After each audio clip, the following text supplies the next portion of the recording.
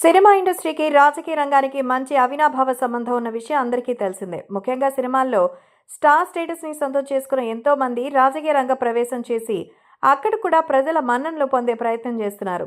మరోవైపు రాజకీయ రంగంలో సక్సెస్ అయిన చాలా మంది ఇటు సినిమా రంగంలో కూడా అడుగు పెడుతున్నారు. అందులో కొంతమంది నటులుగా ప్రవేశిస్తే మరికొంతమంది నిర్మాతలుగా మారుతున్నారు. ముఖ్యంగా నటీనటులు రాజకీయ రంగంలోకి అడుగు పెట్టడం అనేది ఒక టాలీవుడ్లోనే కాదు, రాజకీయాల్లో మొదలుకొని బాలీవుడ్ వరకు చాలా మంది రాజకీయ రంగ ప్రవేశం చేసినటువంటి వాళ్లే. అయితే ఇప్పుడు తాజాగా మరో బ్యూటీ కూడా పొలిటికల్ ఎంట్రీపై కామెంట్స్ చేసి అందరినీ ఆశ్చర్యపరిచింది. ప్రముఖ బాలీవుడ్ బ్యూటీ ప్రీతి జింటా తాజాగా తన రాజకీయ రంగ ప్రవేశం గురించి ప్రస్తావించింది.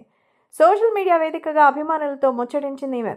ఈ విషయంపై మాట్లాడింది. అందులో భాగంగా ఒక అభిమాని ప్రశ్నిస్తూ, జవాన్ల కుటుంబంలో పుట్టావు కనుక నువ్వు కూడా నా దృష్టిలో ఒక జవానివే. నీ ప్రతిభకు హ్యాట్సాఫ్ చెప్తున్నాను. రాజకీయాల్లో చేరాలనే ప్రణాళికలు ఏవైనా ఉన్నాయా? ఈ విషయం తెలుసుకోవడానికి నాతో పాటు ఎంతో మంది ఆసక్తిగా ఉన్నారంటూ అడిగాడు. దీనికి ప్రీతి జింటా స్పందిస్తూ, రాజకీయాల్లోకి వెళ్ళడం అనేది ఈ జీవితానికి కుదరదు. ప్రస్తుతం నాకు అలాంటి ఉద్దేశం కూడా లేదు. గతంలో కొన్ని రాజకీయ పార్టీలు నాకు టికెట్ ఇస్తామని, అలాగే రాజ్యసభ సీట్ కూడా ఆఫర్ చేశాయి.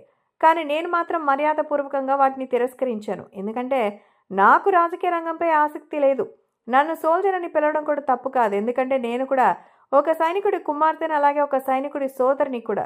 మేము ఉత్తర భారతీయులం, దక్షిణ భారతీయులం అని కాదు. మనమంతా భారతీయులం. దేశభక్తి, జాతీయ గర్వం అనేది మా రక్తంలోనే ఉంది అంటూ చెప్పింది. మొత్తానికైతే పొలిటికల్ ఎంట్రీపై క్లారిటీ ఇస్తూ అసలు విషయాన్ని తెలియజేస్తుంది ప్రీతి జింటా. ప్రముఖ కాలీవుడ్ డైరెక్టర్ మణిరత్నం దర్శకత్వంలో వచ్చిన దిల్సే సినిమాతో వెండితెరకు పరిచయమైంది ప్రీతి. ఈ చిత్రంలో షారుఖ్ ఖాన్ హీరోగా చేశారు. మొదటి సినిమాతోనే మంచి గుర్తింపు తెచ్చుకున్న ఈమె అటు తెలుగు ప్రేక్షకులను కూడా పలకరించింది.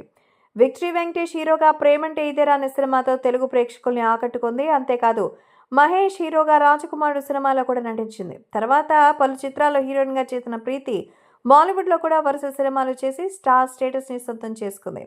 ప్రస్తుతం ఈ విషయాలు సోషల్ మీడియాలో సంచలనంగా మారాయి.